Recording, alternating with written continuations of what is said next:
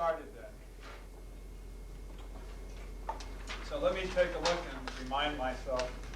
We're supposed to be talking about a search for important characteristics of a successful program. And what we have up here, besides myself, are all of the people that have done presentations, both the students, well, 2 of the students from this morning, and all 4 presenters. Let me just make a few comments, and then I'm going to sort of throw it open for people here to add, well, disagree if they want, and also the audience. It's now 3:35, so we should finish then at, I guess, 10 minutes after 4. Hopefully, we'll have a chance to explore the topic, I think, reasonably in that much time. I guess one of the things I wanted to start out by saying is when we talk about successful, well, that's a difficult word to define, but let me just make it even more complicated by saying successful from what point of view? The students, the faculty, or the university? Now we heard a number of people say from the university's point of view, why do we do it? Or in other words, what's the purpose of the program? Now I heard the words retention used in a variety of places, whether the retention was with underrepresented students, or whether it was with high-achieving students, or whether it was to try to keep students in programs. I also heard the word recruitment. In other words, it was to try to get students to come to the university. And of course, it's also, it was clear, it's a response on the part of large institutions, which are most research universities now are, to provide some of the characteristics of a small place. Some of what we've lost when we've gone to, well, Stony Brook's 17,000, but I know that many of the students that come here think this place is enormous. And 35,000 and 40,000 and whatever numbers along those lines are large. So I think from the point of view of the university, those seem to be the goals as far as that's concerned. And I think success is relatively straightforward. It either accomplishes those things or it doesn't. And we've heard some of the data from some of the people about how it's doing it. Now, from the point of view of the faculty, that's the tricky one, because as we heard one, I guess, cost assessment, or in terms of as long as it was neutral, we didn't have to worry too much from the point of view of the faculty, or at least as long as the risk wasn't too great or too high. But I think one has to motivate faculty. Again, there's going to be a small number or some number of faculty that are willing to participate, but you really need a large number, partly because if you're talking about a program that's not going to last just 2 or 3 or even 5 or 6 years, but 25 years or whatever the number is, you're talking about faculty that either have to do it on a continuous basis or have to be prepared to do it for 2 or 3 years, then off a year or 2, and then come back to it. Faculty, I mean, it's, again, I could go back to last night's discussion from Charles Glassick about the various roles of different kinds of scholarship, and if we can convince faculty, or if we can broaden the notion of scholarship, then certainly the working with undergraduates in research, scholarship, creative activity certainly will fulfill some of those goals, or some of those roles. And for many faculty, it's often hard to get faculty to acknowledge it, and sometimes it's even hard for them to remember it. But a lot of faculty went into the academia because they liked undergraduates, and part of it is trying to help them find their way. Again, success, also, of course, it's to convince faculty that the undergraduates can make a difference. I mean, one of the interesting models is if you go to a liberal arts college, and this liberal arts college can either be a very selective place or a place that's not as selective. Since they don't have graduate students, one of the things you quickly find is that all the things that everybody tells you that only graduate students and postdocs can do, are being done by undergraduates. It's remarkable when you don't have anybody else what you can figure out how to do. So as far as the successful characteristics, you obviously need to make it a rewarding experience for faculty. You need that in part also means that you need to, I think the notion that there is, well, she didn't quite say there's a bureaucracy back of it. There has to be a structure back of it, but it shouldn't be visible, it shouldn't be obstructive or that visible to the student, but it can't also be that visible or obstructive to the faculty member, because the faculty don't need another bureaucracy to deal with. And when they view this as something that's not part of this is not what they signed up for. From the point of view of the student, when we talk about successful characteristics, again, all I'm doing is simply summarizing what I heard people say, and this is one where we've got at least got a couple of experts here. And that is, I think we have to convey the excitement of doing research, of being involved. I think we have to, I think we have to make it live for the students. We have to provide those kinds of opportunities. Certainly, in some of the programs, allowing the research program to substitute for meaningless work is certainly, well, that's not a large attribute of, say, the Stony Brook program, but certainly it's something one would like to have happen. The students are working more and more, and the contribution or the impact this has on their education, of course, is growing. And if you can make the working and the earning of money an integral part of their education, that has to be a good thing.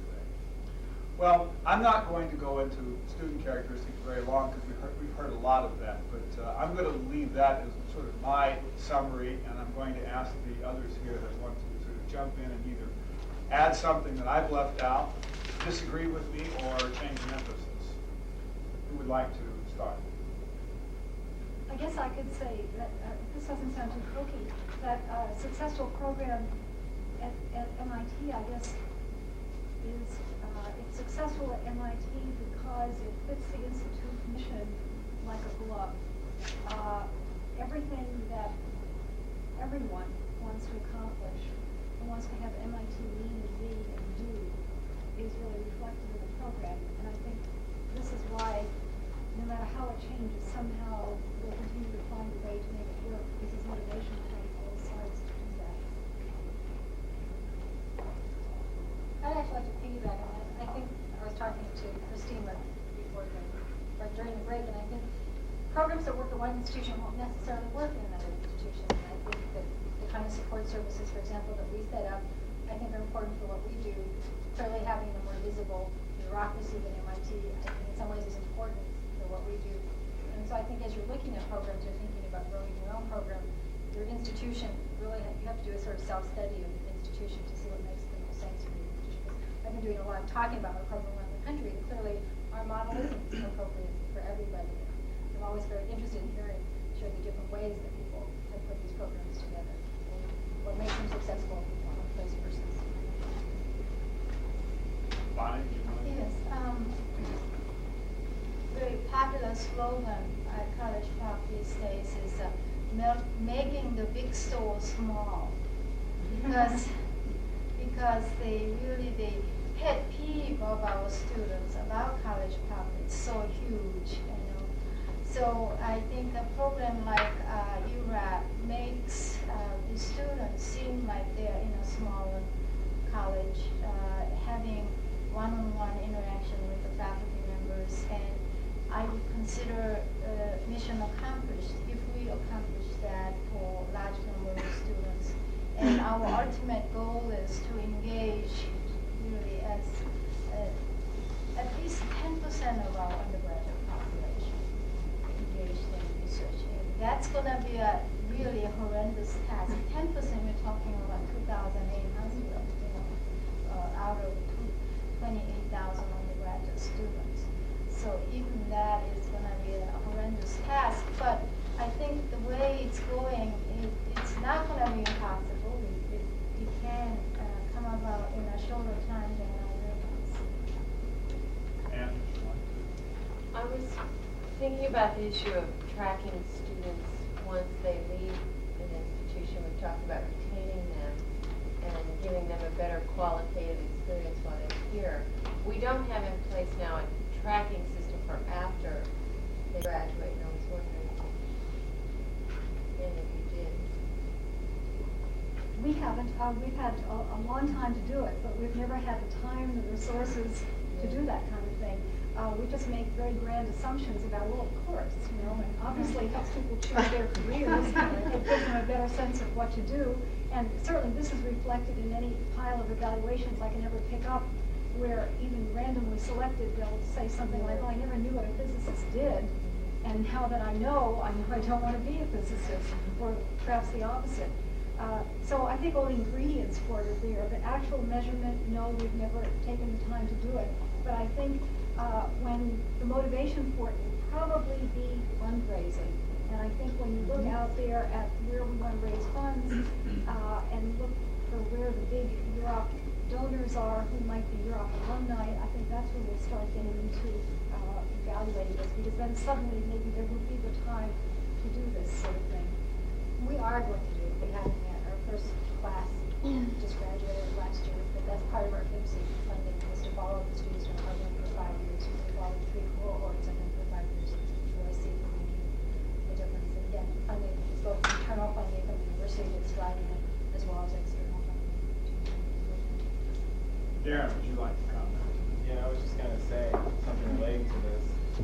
Any program that you're involved in and you get some skills, and you gain some skills that are both beneficial to you or to any other type of enterprise, I mean, everyone here can rest assured that if they're doing something, they're out of school, they're more than likely doing something. And they're not a student who's going to be out of work, or, I mean, although that is a possibility in this day and age. But I think anytime a student can gain some valuable research experience and skills, any type of skills from that, I think the experience really helps you to be able to apply that to whatever it is you want to do. Whether that be continuing on in grad school, or obtaining positions in the business sector, or in the public sector, or wherever it is that you're interested in. I really think that if schools were to focus on preparing and offering students numerous opportunities to acquire skills outside of the classroom, students would be better prepared to deal with the uncertainties of life after graduation, and not be afraid to go off on their own and try something. Maybe something interesting to find out maybe is see if how many students who've done research, original research, either as a team effort or on their own, go on to be entrepreneurs, because the same type of risk analysis and also problem analysis is used in deciding how to create a business as it is in trying to procure funding for research opportunity. And also making a business plan is pretty similar to making a plan of action for a research project. So it'd be interesting to see that. I think that start is just to offer the student the opportunity to gain the skills. At least from my personal experience and from that I've heard from my friends when I'm starting to talk to graduate schools now, as well as talking to people I'm working for the summer who are looking to hire me in December, is that as far as they can tell, I've already proven myself.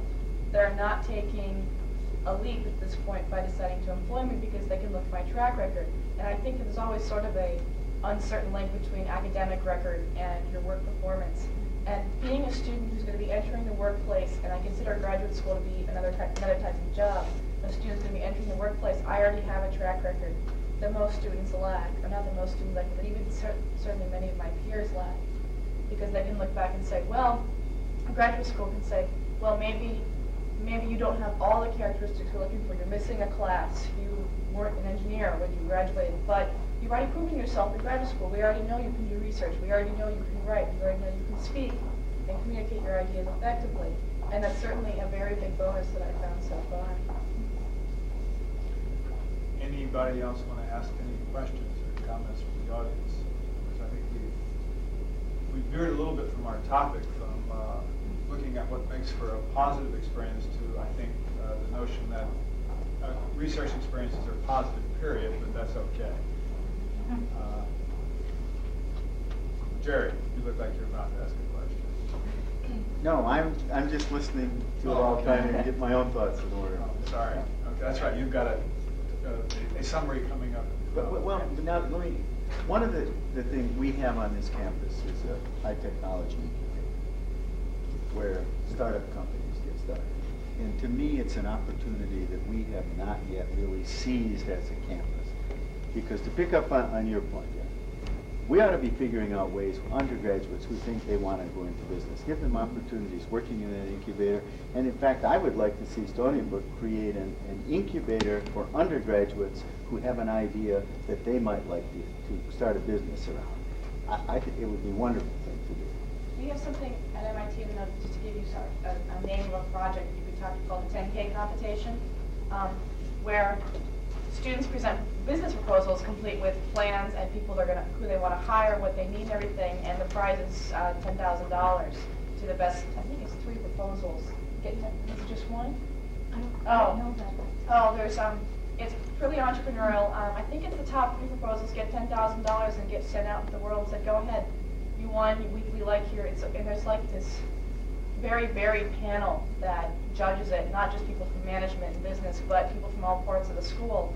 And if the ones that they think are good are given $10,000 and said, go ahead. And MIT encourages its students a lot to patent. And I know there's a lot of negotiation at the time you apply for a patent, but MIT does keep some of it because the research was done on campus. So the students are also encouraged a lot to pursue that. And so I don't know if you're interested in the competition-based idea, but with $10,000, I mean, it certainly catches students' interest. And I know there's a very intense competition every year for that. The 10K competition? There's something a little different than that too that Heather may be somewhat aware of. This is not an award. There's something now called the Edgerton Center, which was named after the late Doc Edgerton, the inventor of the starlight and so on. And they have an endowed facility which they're just beginning to shape. What are we going to do with this? What it seems to be developing into, and Europe certainly has a connection with it, is a place where those very thoughts are being thought about. What should we do? How do we get students involved entrepreneurially? To help students who are tinkering, bring their tinkering to something that actually exists. So it has a more engineering orientation, which may stay that way. Another thought that has been tried out, more than a thought actually, is having some seminars on basic skills. Now we're not talking about high-tech skills, really using a hammer and saw, using a drill press, using other items that you're going to need to make prototypes of whatever, in whatever area you're working in that might lead to something. So kind of bring together all these things. And we also had a seminar, I think, it was offered by a faculty member as kind of a guest. This was someone from chemistry who was talking about basic chemical skills or chemistry skills you need for the lab, and giving I think it was a couple-hour seminar that ran for a couple of days to beginners. So all these kinds of things all feed that. Now, how this is eventually going to come together, I don't know, but the spirit is there, they have some funding, and the interest is there, coordinating with us is there, and that we can urge students to go to these seminars. In fact, we could fill them up with these pre-droppers for one thing. So there's, there are some interesting possibilities that lie in that kind of concept. We have a couple of things that we're looking at that aren't entrepreneurial in that respect, but we, because of our location, have a lot of companies like Warner Lambert Park Davis. We have a lot of governmental agencies like NOAA and a lot of Great Lakes research agencies. We're really trying to figure out, and that's a way for us to get positions for students who are juniors and seniors to go out into the community and really give students that experience doing research. Because all of these organizations are doing research of one kind or another. We can use an extra set of hands and it adds another dimension to research. We're also talking, I don't know whether there's a lot of talk about community service on your campus or not, and new ways to look at community service, but one of the things we thought is that there probably are a lot of nonprofit organizations that have research needs, and they don't have staff who can do research, and if we can get some students hooked up with a nonprofit organization to do some research that they need, along with a faculty member from social work or some department that relates to nonprofit, that would be another interesting way for us to do new service that's research-based and also expand the opportunities for our students. So both of these things are ideas that are percolating that haven't come to fruition yet, but it's another way of expanding the concept of undergraduate research and moving out into the communities. We had a colloquial series at Santa Barbara. It was originally funded by Bristol Myers Corporation. And we mainly had speakers from pharmaceutical and biotechnology industry. And we started it mainly for the pharmacology majors, but it started off with about 20, and last year there was over 150 people attending this from all other different scientific disciplines. And the reason they came, these were undergraduates, because it gave them an opportunity to speak to somebody in industry, to ask them about jobs. You know, what can I do? What can I do with my biochemistry major? You know, could I come and work for you and things like that? And every year more and more people attended these seminars. In fact, I was just amazed at the interest it generated. They talked about their research. Sometimes they talked about how to get a drug through the FDA. You know, there was a variety of topics, but they were very, very popular indeed. Yeah.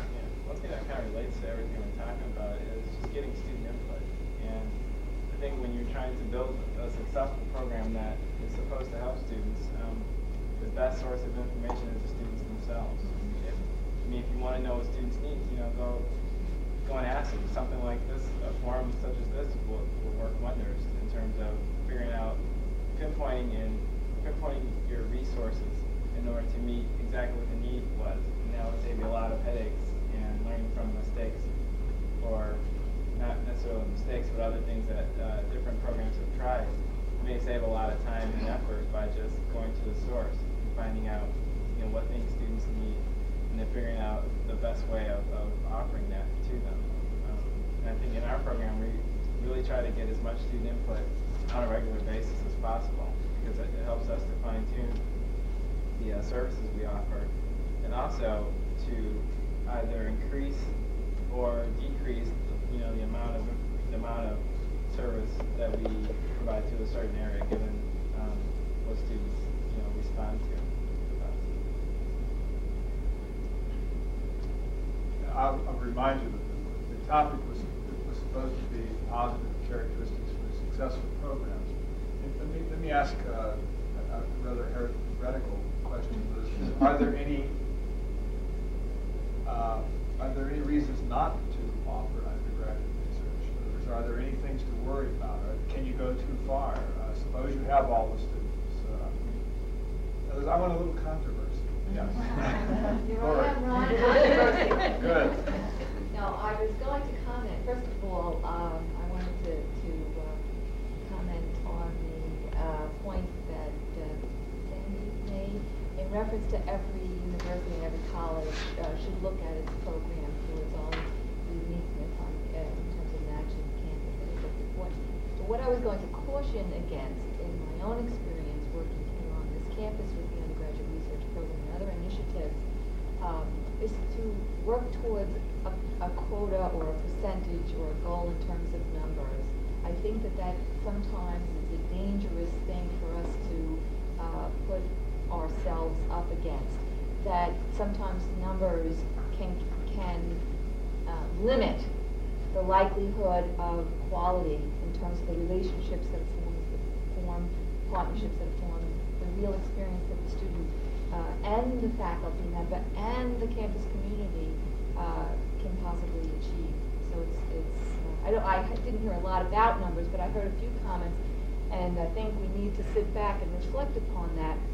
10% or 20% or 30%, it's not all that important. It is in fundraising. I know that those figures, I'm not naive enough to think that they're not important. But I think when we look at our own programs, thinking about success, and what is it we want to achieve for each component area, the student component area, the faculty component area, the campus at large as a component, I think we need to be ever mindful that it's not so much quantity, but it is quality, if I can be so corny as to use that cliche. Sorry, how would you assess the success of a program without numbers? Numbers are important. There's no question that all of what you're doing is clearly important. But I don't think seeking, in other words, as a goal, saying, well, what is it we wish to achieve in establishing an undergraduate research program on this campus. Not so much to say, well, we want to seek 25% of our undergraduate population being engaged in undergraduate research as a necessary goal. I really agree with that because I am constantly being pressured by the president and the provost and our dean to keep growing the program larger. And I'm convinced that an institution like Michigan, that unless I can have the peer support and those things there so I can really monitor whether these relationships are going well, it will be useless for me to grow a program that's 2,000 students. That these are integral to the success of my program. And that limits by its very nature how big I can get. So I really do think that that's critically important. You have to be able to know that you're putting people in good relationships and that it's working well for the students and the faculty both. And if you get too large, I think, and I'm amazed that Norma does it, I think it's really, really difficult to have that balance. I think in MIT's case, clearly the history is there, and Norma was good enough to serve as the mentor to me as I began to look at establishing a program on this campus several years ago. And I was amazed, someone else said earlier this morning, going onto the MIT campus, it was incredible. Having an opportunity to talk to faculty there, faculty just assume this is part of their role in the campus life, and it was terrific. I came back and I was a little bit put off, I guess, by the fact that I had to actually sell the idea on this campus. So there was an environment there, and the whole environment supports the initiative at MIT. And so numbers make perfect sense there. But I think, Sandy, you reflected my sentiment exactly, that you need to, as you build a program, you need to focus on the quality of what you're doing, the partnership, so that, again, the faculty members see it as a valuable experience for students. And in the end, it's all contributing to to use the word, the overword used, enhancement of the campus life. I'd like to add to the controversy at the other extreme. We have said so many times that it's just short of boring that we are a research institution. We have said that we wish to integrate the undergraduates into our existence, our purpose. One could argue that the only goal that makes any sense is to have undergraduate research universal. Getting there is the issue. And the issue of numbers is a dodge. I mean, you could argue the numbers 1%, 2%, where are you? There's only one place to be if you wish to describe yourself as a research institution and to share that identity with the students. And getting there, I challenge us all, is really the only issue, 100%. But I would say, because I heard mentioned today, like universal, I don't know whether you mean that to be universal voluntary, to mean that you want everyone to do this, but I think to make it, as I heard some people talking about wanting to make it mandatory, I have a great deal of hesitation about this, because then you have students who have to find a research experience just because they have to have one, not because they want one, and therefore they end up with ill-suited UROPs, where you're going to have miserable students, you're going to professors who have to accept these students because it's their job to accept them, because these poor kids have to graduate, and therefore nobody's enjoying it. It's taken, I think, what I think is the entire purpose out of it. When it becomes mandatory, you lose the exploration of it, and you have a series of really bad research experiences, and therefore you drive students A, away from the institution, and B, away from research in general. And I think that would be entirely against our entire purpose. See, a little controversy, but you also have to drive the faculty into that partnership. It's not a one-way trip. I would like to ask all of you a question. I missed it this morning, and I don't know if this was discussed, but have any of you had experience with group research projects? Because I'm involved with the program now where we're really trying to foster team projects among groups of women in particular. And I think I worked on, the project I worked with another woman, and also there was another woman that we all sort of learned about, initially how to use the computer that we worked on together. And I found it was very rewarding. There was a lot of things that, as a student, you kind of need, there's strength in numbers in a certain sense. And I found that it was very important to be able to bounce some ideas off of a peer before we took it to our faculty mentor. That way, it was easier for us to say, okay, well, do you like this? And I go, yeah, it's kind of cool. she'll go, well, yeah, I like it too. Let's fight for it. So then together we could, a unified front. We could present to our faculty person and advocate for some of the things that we designed in the project that we did. And I think it really helped me because I was able to say, well, there's some things that I would like to do, but this isn't just my project. It's important for me to be aware that someone else is doing this and someone else has ownership of this just as much as I do. And I think far too often students, you get trapped in your room and you're always studying. It's you against the me in a lot of cases, in college.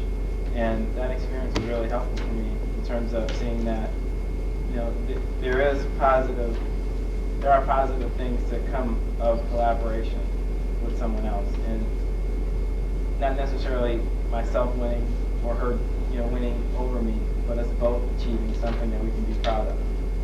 So I think it's really a great experience in some cases. In some cases it might not work so good, but I think in the places that it can work, a team atmosphere is good. We have lots of projects in our program where students are working, many students working with a faculty and working together. And I was going to say that I think one of the characteristics of a successful program are when you can have people working together, research teams, when you can emulate what Heather was talking about, and the person doing the student researcher sees the whole process. They see the postdoc, they see the master's student, they see the research team, and they're incorporated, not only doing their little piece of the research, but they're incorporated into the whole research process. Of the 500 students in my program, the ones I think have had the best experience have been the ones who've worked in a collaborative environment, in a team that may be peer teams, but it also may be the entire research team. I think that's a really, really vital part. Have you found that work particularly well with women? We have some projects where there are predominantly women. We have some wonderful projects in our nursing school, for example, that are looking at women's health behavior, and most of the people, because it's nursing and people are sexist about looking at nursing projects, are women. So yeah, we have some really successful models. Psychology, we have a couple of people in psychology who specifically are working with groups of women. Yes. I just wanted to comment on what Lori had said about numbers, because recently in the development of the pharmacology major, this issue came up in terms of being a restricted major because we can only take so many students. And of course, for our purposes, it had to do with lab space and real estate being so costly around here, and being fortunate enough to have been allowed to have a laboratory in the chemistry department. But I know that Dr. Groman's real concern was that, with a small group, we can really put forth, a real good group of pharmacology sort of majors, as opposed to trying to bite off too much from the very start and not doing a very good job. You can grow slowly as you perfect what you've started, but trying to sort of get there very quickly, you miss the mission, you lose the mission somehow in that process, and then it just becomes a sort of like a machine, that you're just kind of putting them out, and they're not as perfect as one would like them. And that's a reflection then back on the department. So we've been real cautious about trying to do too much, too fast, and we're real happy with the 15 we've gotten, and that would be sufficient. Just another comment on the team meetings. I don't know if we're still answering that but I would say the idea of working on teams for its own sake is not really so much a relevant question. It's a popular concept and seen as a good thing in itself. It doesn't lend itself to every situation by any means. And some students, in fact, take great pleasure in working on a one-to-one relationship with their faculty supervisor, because that's just the way the research goes. Their lab doesn't run that way. Others, by the very nature of the project, and I'm thinking of really large projects, such as the building of a human-powered flight aircraft in Aero and Astro, which involved many students, over 20, and they, in fact, were divided into sub-teams, and that was a wonderful effort. I mean, it was the team spirit that really ruled. It was terrific. They spelled each other when they were working in the summertime so that they could work 24 hours. And people, two people did this, two did this. It was a tremendously exciting operation. But you can only do that a couple of times. You can only do that this summer for one thing. You're talking about projects in the sciences, but when you get into humanities, projects, research in the library is very isolating.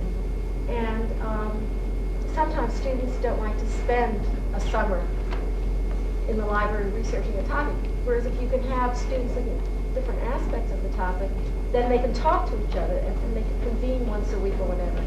So there's...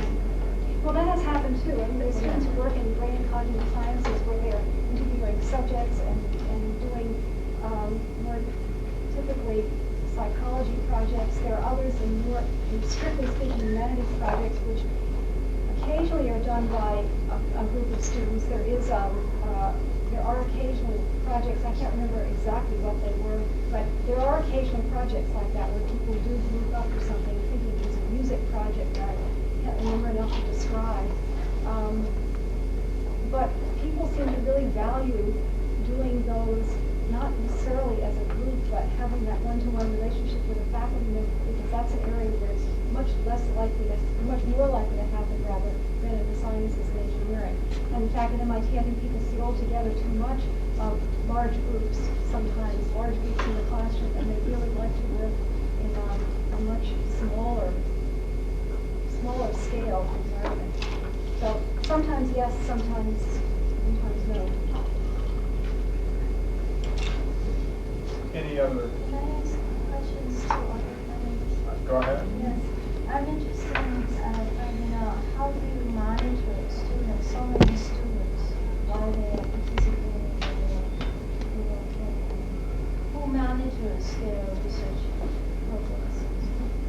Okay, I don't know if everybody heard the question, how do we monitor all these 2,000 students out there? Well, we don't monitor them all at the same time. We look at their evaluations as they come in to us, which can be sometimes We have a weeks set afterward. evaluation form? No.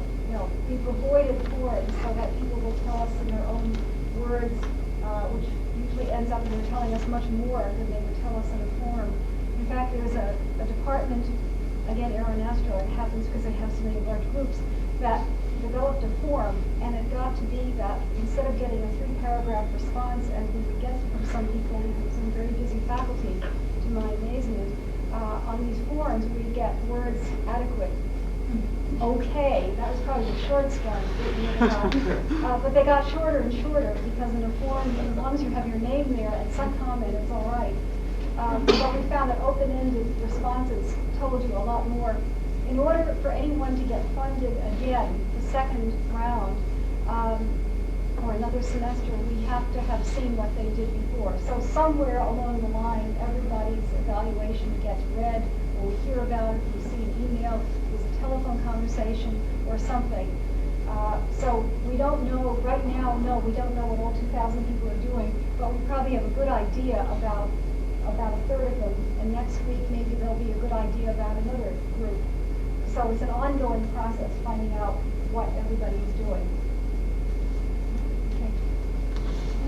And you told us about the 25 students per year advisor.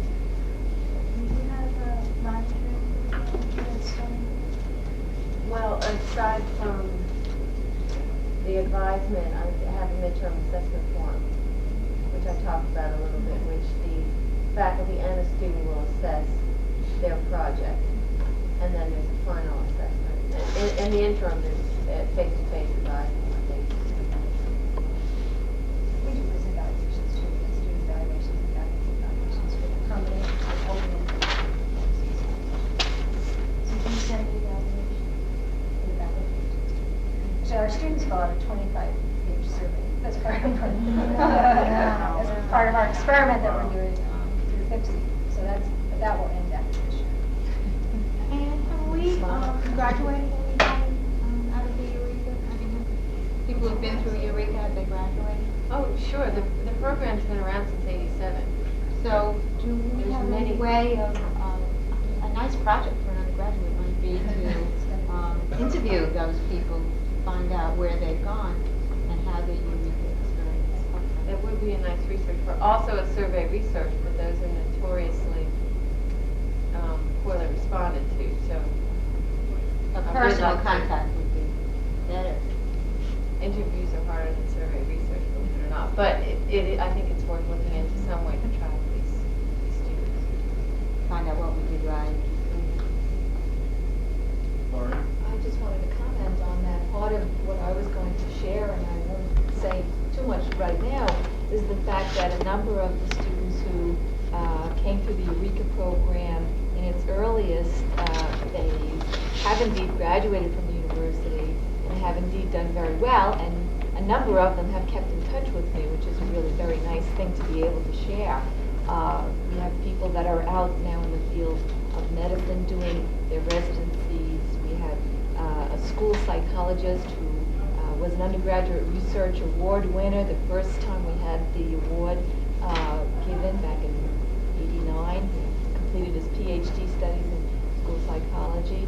We have someone who is a student affairs assistant dean at UCLA who had done work in psychology. So there's a handful, I can just say from anecdotal responses that are out there that have. Well, I was thinking of taking it a step further Oh, and and using that scientifically. kind of information to recruit people in the way that we were talking about using VR. I think that's an excellent idea, and I think that kind of feedback is probably somewhat easier to obtain. I think the students who graduated, who participated in the program, or who had undergraduate research experience on this campus, would be likely to respond to an inquiry. Not all, but I think more so than the standard survey that we send out in other types of initiatives. I think that's an excellent idea. I think I'm going to call this panel here concluded. We've almost finished our 45 minutes, and Ernest, you're going to be chairing the next one, so why don't you tell people what you want to, in other words, if you want to have a break, if you want to simply take over now, you tell people what to do. Well, about 5 minutes of company will take.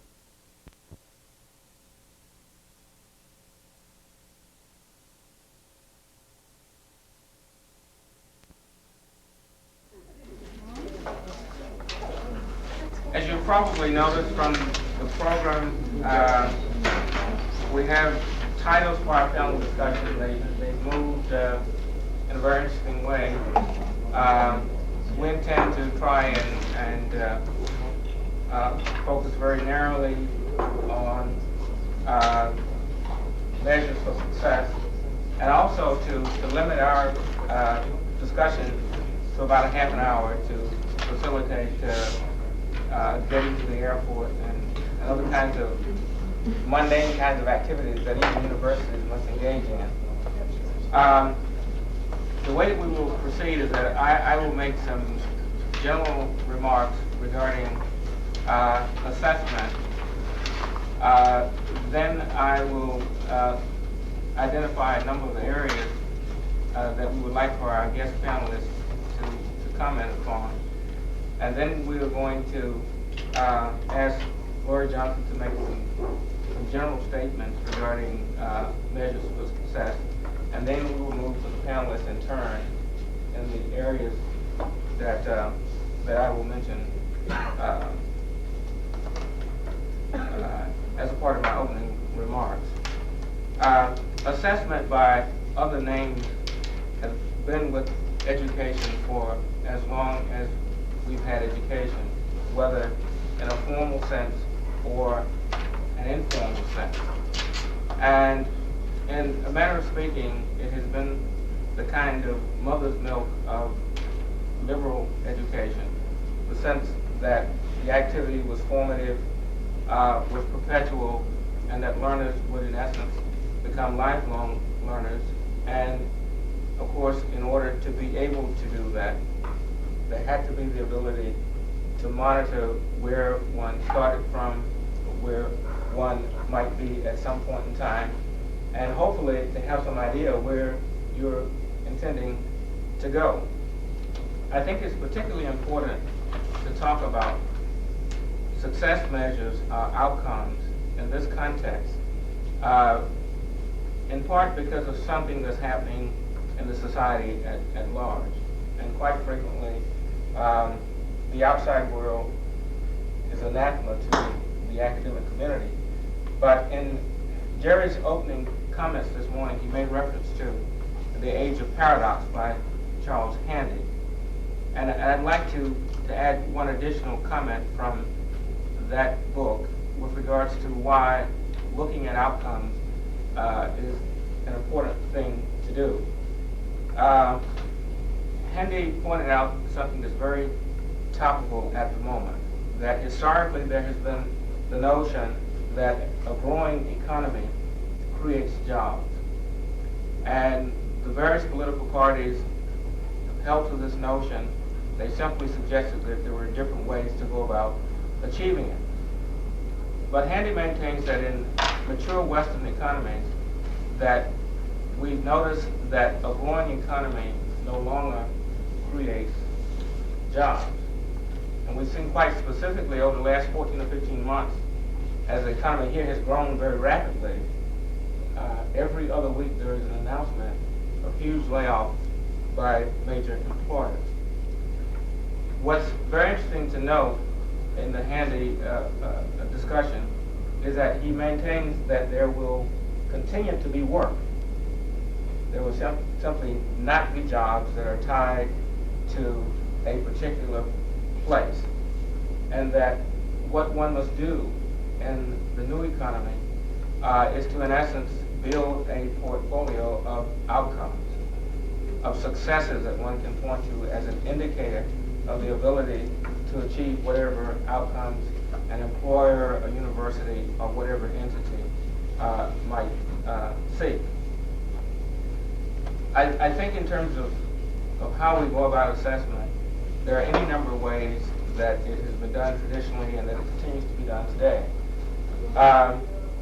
In higher education, the typical approach has been to look at inputs. And essentially the panel that had the discussion before this one was a panel that would have talked about inputs.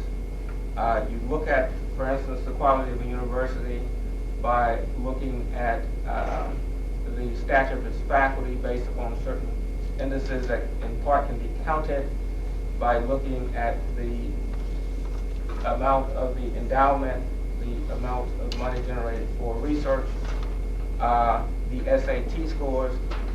All of those are inputs.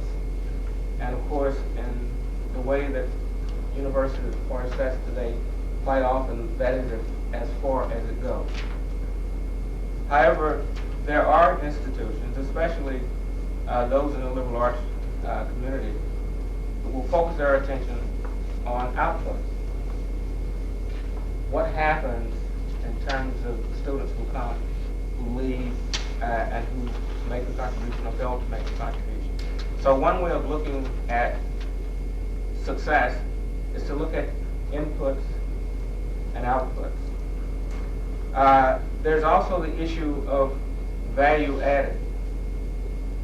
What does a research experience, a research program, add to the experience or the skills of the student? I think that's a very useful area to consider in this sense. In the early 80s, there was a great deal of discussion as to whether or not people could be trained for leadership or educated for leadership. Many sages said no, because individuals who went to to leadership institutes were essentially self-selecting individuals who were going to be leaders anyway. And with regards to talking about what students do as a consequence of research programs, may well be subject to that same caution, that these are students who are aggressive, who will seek out these experiences, and may well have gotten them whether we had a program or not. Also, in terms of looking at measures of success, one approach is to look at the capabilities, the potential, versus the accomplishments. There are X number of faculty with ongoing research projects that would be suitable for students to engage in. How many students are we actually able to place? Are there X number of students seeking these kinds of opportunities? How many of those students do we actually place? Our capacity versus our accomplishment. Another approach to assessment is the normative approach, as opposed to looking at specific goals and their attainment. In part, what is more common in research institutions is a kind of normative approach. We will invite faculty members from MIT, from Michigan, and Illinois to take a look at our mathematics department, and they will make some assessment based upon what is normative practice at these kinds of institutions. Another approach would be to look at specific goals. Did this particular program clearly articulate a set of goals and objectives that it wished to achieve, and where is the evidence to suggest that they have in fact done so? And of course, another approach to assessment, or looking at measures of success, is the expert opinion. To have Jerry Shugel to visit the University of Maryland, to take a look at what's going on at Maryland, and to declare that the program at Maryland is a sparkling success. All of these are established modes of assessing success outcomes. For our discussion today, we would ask that you address any facet of that, but to speak specifically with regards to what you would see as measures of success by sitting in the seat of the various constituent groups. Students first, faculty, and finally the institution. Measures of success for undergraduate research programs from the perspective of students, faculty, and the institution, using any of the broadly outlined approaches to assessment that I presented. Lori, I'll turn it over to you for whatever comments you'd like to make. Okay. Well, I don't know that there's much that can be added to today's discourse. It's been terrific. I was very pleased to be invited to come back home, as they say. Many of you know who I am, some of you don't. I'll introduce myself as a person who worked here for 15 years and had the privilege in that 15 years of serving the community, campus community, as a counselor, as a teacher, and as an administrator. And in my most, in the latest years of my work here at Stony Brook, I was lucky enough to have a hand in the development of the undergraduate research program, the honors college, and really neat things that were done at the end of the 1980s, and I'm happy to know are still flourishing now. My comments are aimed at students, what happens or what outcomes we would look for in terms of students participating in the program. And that's because my training is as a counselor. Currently I'm a professor of counseling at Hofstra University, which is a university a little bit closer to the New York City line. And as a counselor, what do counselors do? Counselors look toward helping people develop better ways of managing problems, develop better ways of utilizing untapped resources, develop better ways of maximizing or capitalizing on opportunities. And so my training fit very nicely into what I did here, and what I think really is the work of all of you here today. That is to really work towards fostering the development of college students. Some of my comments earlier were aimed in that regard. We have a very rich base of research in the area of college student development. Many of you are familiar with the work of William Perry, which is seminal in the area of college student development.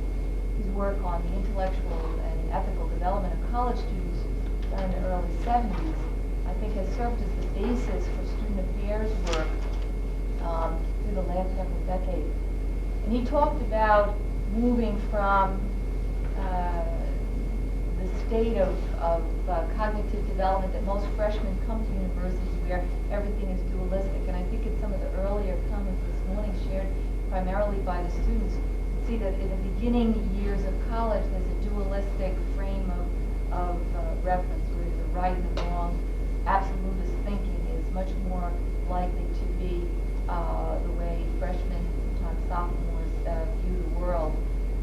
Moving on through a multiplicity stage where multiple views are recognized, but still subjective opinion and subjective knowledge prevails on the part of the college student, to a state of relativity, as Perry defined it, which is where the student now moves from subjective to rational criteria in making judgment.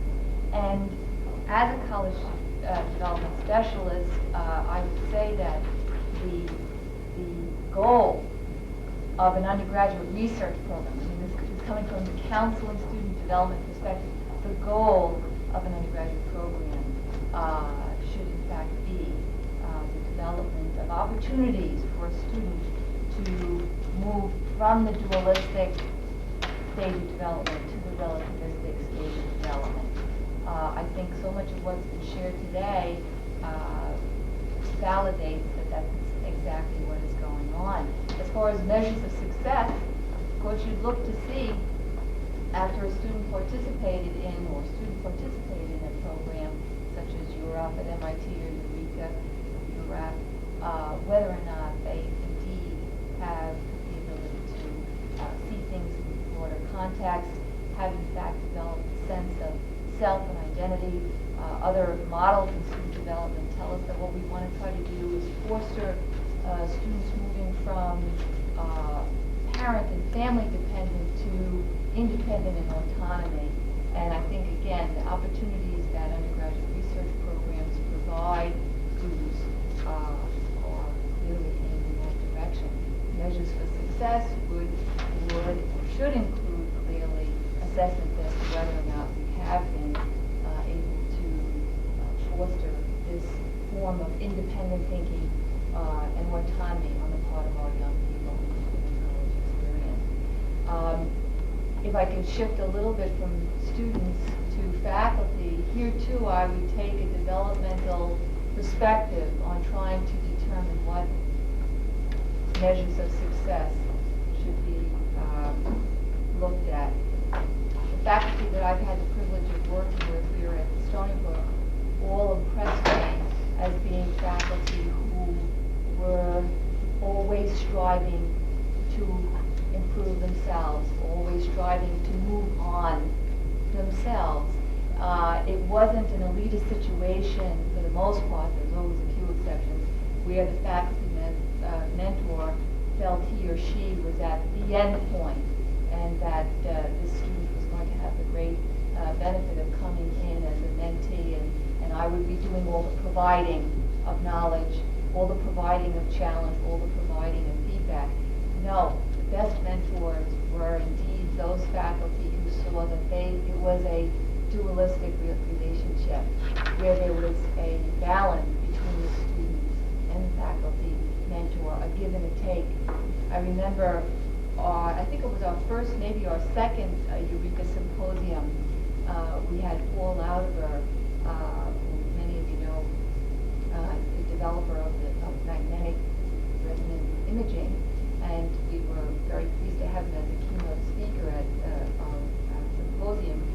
And at that time, we asked him to talk about his own research and talk about what it is he sees as being most significant about the academic field and what opportunities students can in fact benefit from in terms of working with faculty.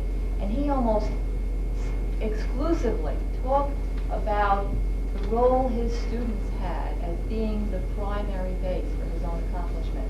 And it was really incredible to me that a person at his stature would turn around and say, it was the unfoldings in my lab that were really undertaken by the student in the lab that really put me down the line, kept the project going, the work going. And I think that's really, that's an excellent illustration of what I'm getting at. The faculty member himself, herself, will look at moving on, being able to be enriched, if you will, in one's own professional development by virtue of having undergraduates work with them. So those would be two comments I would make.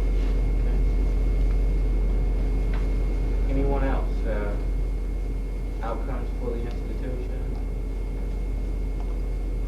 faculty, or students? I had a couple of recap thoughts. In terms of the university, programs such as these can be viewed as successful in trying to accomplish a recruitment effort for high-achieving students. In your effort to target these people, if you have the correct documentation of what your undergraduates are capable of doing at an institution, that would be one area that you could assess how valuable your program was. Also, I spoke last night about the endowment effort. If your students are feeling loyal to a university, that would show itself in the endowment effort. Also, granting agencies now are specifically asking in RFPs, are your faculty publishing with undergraduates? That's another area in assessing a program. Can we put this down in a grant proposal? In terms of the student, I guess how well, what's important for me is how well they can articulate the research method. Yes, they've done an experiment, but how well can they tell me about the research process itself? How well do they understand developing and conceiving of a research question and going out and testing that question? Do they see themselves as a researcher? Do they see research as a viable option for them? Is one of the major outcomes I've seen from programs like Eureka is that yes, they've been in the lab, they've been on the project, and they do see themselves as potential researchers. In terms of the faculty, I've said this several times, I think they would view a program successful if the reward structure for them equaled their own input. Obviously, some of it is going to be a reward in itself, but if we want to bring in more faculty and encourage them, the reward structure has to be in place at a higher level. Also, in rewarding these faculty, I think it should be outside the traditional reward structure. That is, if we tie it to pay raises, there may not be a perception that it is tied to taking on undergraduates. It may have to come in another form, in simple recognition. I honestly don't know, supporting the lab, but I feel like if it was in a monetary reward structure, the perception would not be there. That's my thoughts on today.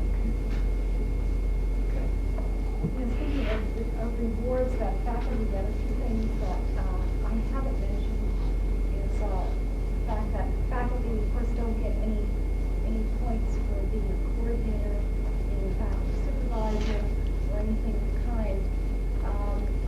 So it would be interesting to see how the new expenses that taking on a student, the new cost of a student, and what kind of winnowing effect that's going to have on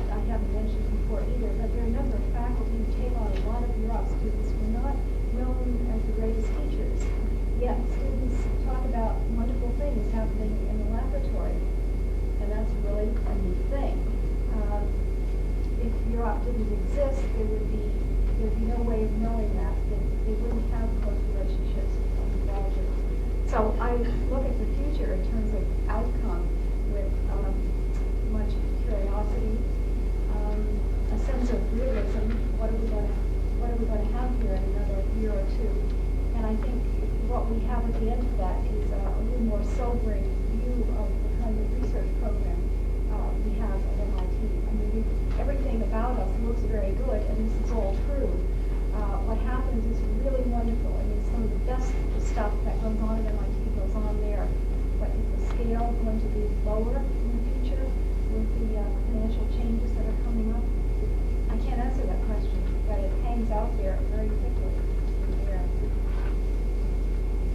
I think the whole issue of success or measuring success again depends on the goals for your program.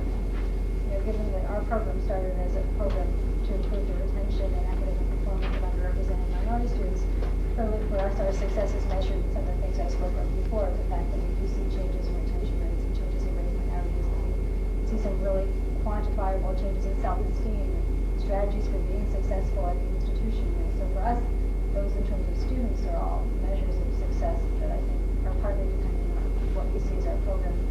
More quantifiable are things that hopefully will follow later, how many of our students go on and are excited about research and find new opportunities and have new research experiences, and they go on to graduate school or something else. Those are things we can't measure quite yet. We're sort of in our infancy in the sense of following our students. So, you know, we may have some slightly different values that we place. In our program, one of the things that we find intriguing in what we're doing is that students in our program, in our assessment, are saying that they view that there's more racial conflict on campus than students who are not in our program. Yet these students also say that they value racial diversity more than students who are not in our program.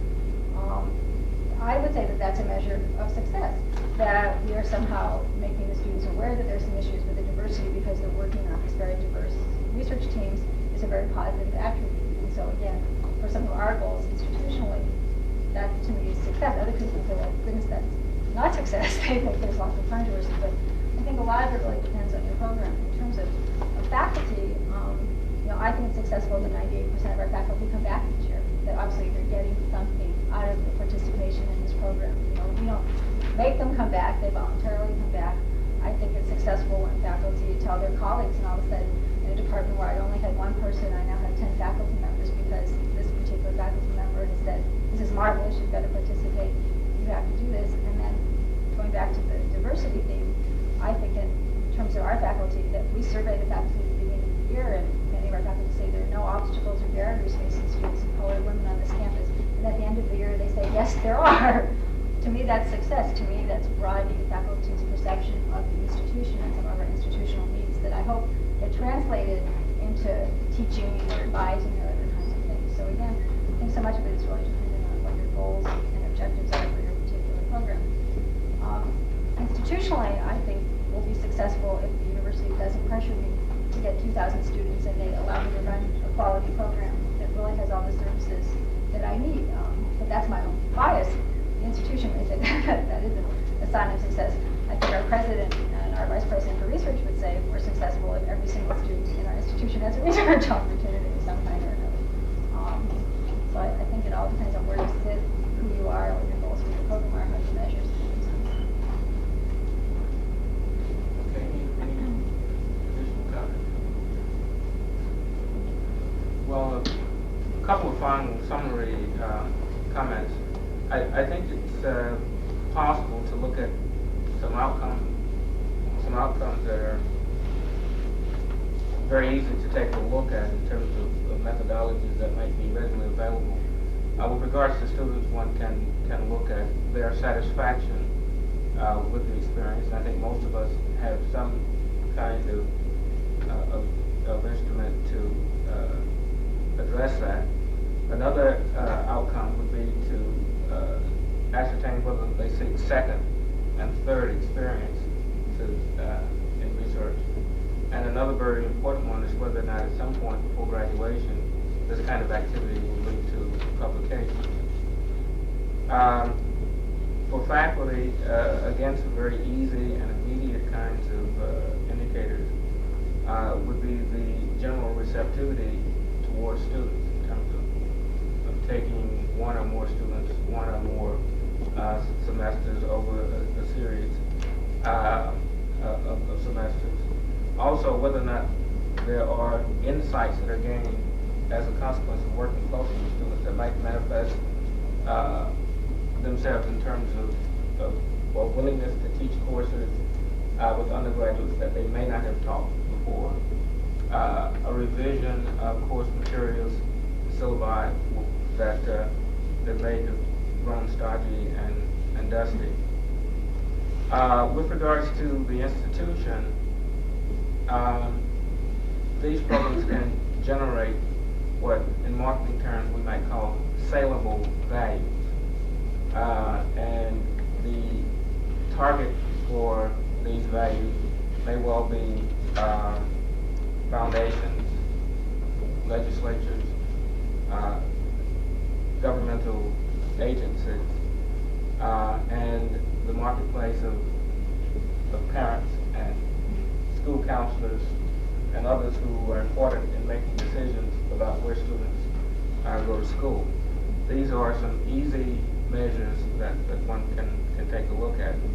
I think it's also very important to have both short-term and long-term outcomes that one would look for. If in fact these experiences matter as much as we would hope, we could look for some improvement in grades. We could look for some more meaningful pattern of course selection following these kinds of experiences. Over the long term, in terms of tracking these students, we can take a look at the rate of graduate school attendance, holding some sample of students as a test group to see whether or not this kind of experience makes a difference.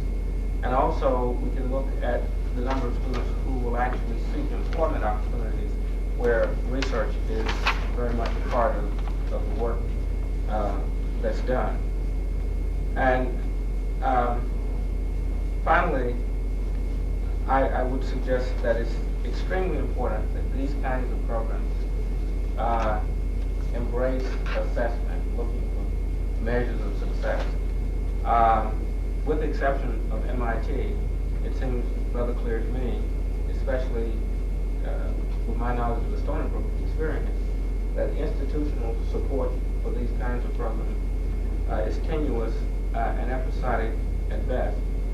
And it becomes very difficult to make a case for support when there are other competing incommensurate values if you're unable to make a case for your program using outcomes that are clearly understandable by the audience to whom you must present them and to persuade them to support the program.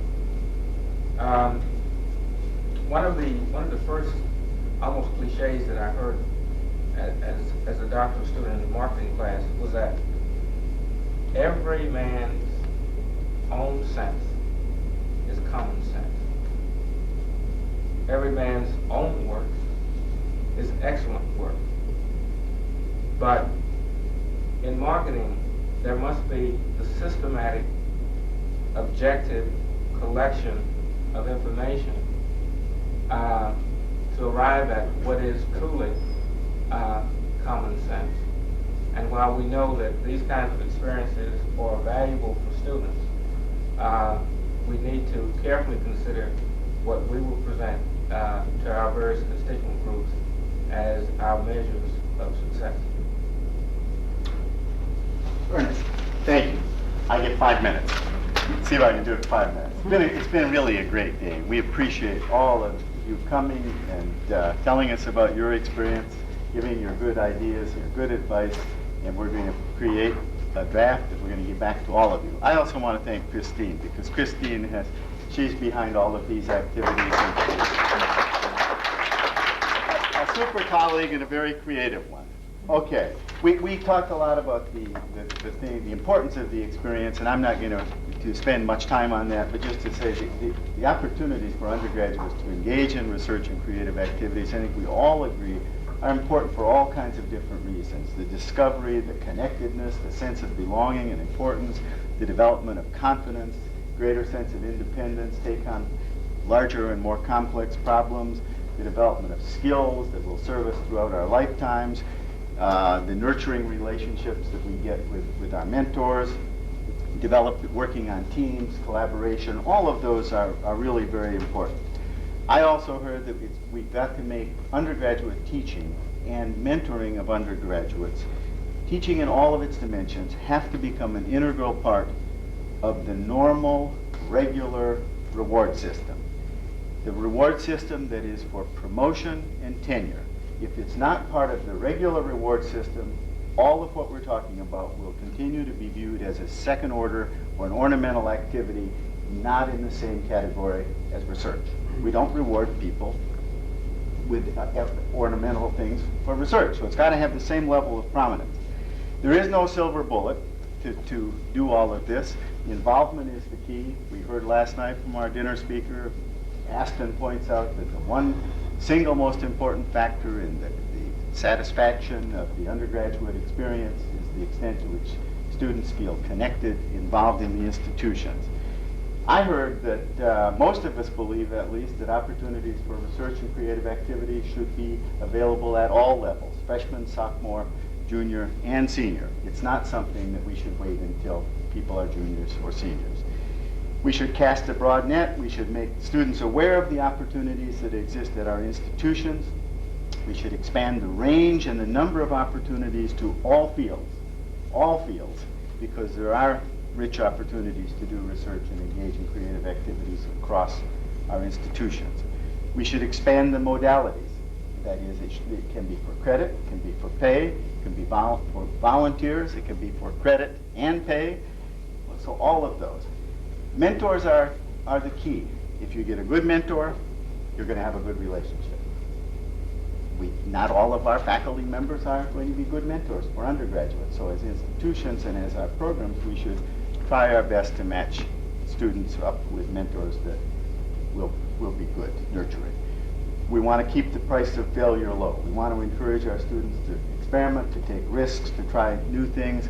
We want to do what Wendy and a number of you talked about, to give those students who would like to operate in teams the opportunity to do that. Networks, we need to create the support groups so that people who are engaged in research in the medical school will be connected with students who are doing research in political science. They'll learn how to write proposals, make presentations, etc. And we should not make participation in undergraduate research and creative activities something that is only for outstanding students. Sure, they ought to be students in good standing, but research and creative activities aren't terribly closely coupled to a GPA. Some of the most creative people don't have the highest GPA because they get so wrapped up in one area, it consumes them. We should make it easy for our students and our faculty to participate.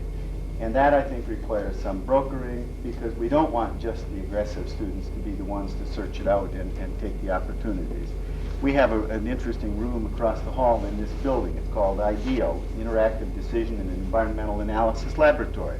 11 computers that are networked. We developed that because we have so many workshops trying to resolve complicated environmental situations, and the thoughtful, bashful, retiring people don't have a chance, or they don't feel that they do, to get their views presented.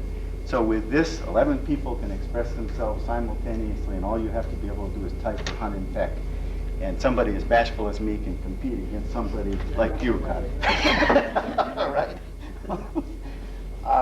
We should tailor our research and undergraduate activities programs to the institution. Stony Brook is different from MIT. MIT is different from Michigan. We should ask the customers what they want. And in terms of measuring success, we've heard some really good ideas. The undergraduates, though, they're our customers, and the faculty deliver the key service to those customers. And there's an interesting little book that I've mentioned to a number of you by Gaspari called The Theory of Why. And it's a parable about a company that once was very successful, and it's lost its customers because the quality of the products has continued to go down. So they had a total TQM program, and in the parable, the question keeps coming up, how are we going to know when we've succeeded? And the last line in the book is, we will know it when they see it. I think it's true of what we're talking about. We, the institutions, will know when we have successful programs, when our customers, the students, see it. When all 20,000 undergraduate Wolverines at Ann Arbor march on your door and demand to have that experience. And we're going to tell Homer Neal that you'd like to have all 20,000. Okay. So, but it really has been a good day. And we thank you for coming. We hope you've enjoyed it. We've got lots of good ideas from you. And we hope you'll come back and see us soon. Thank you.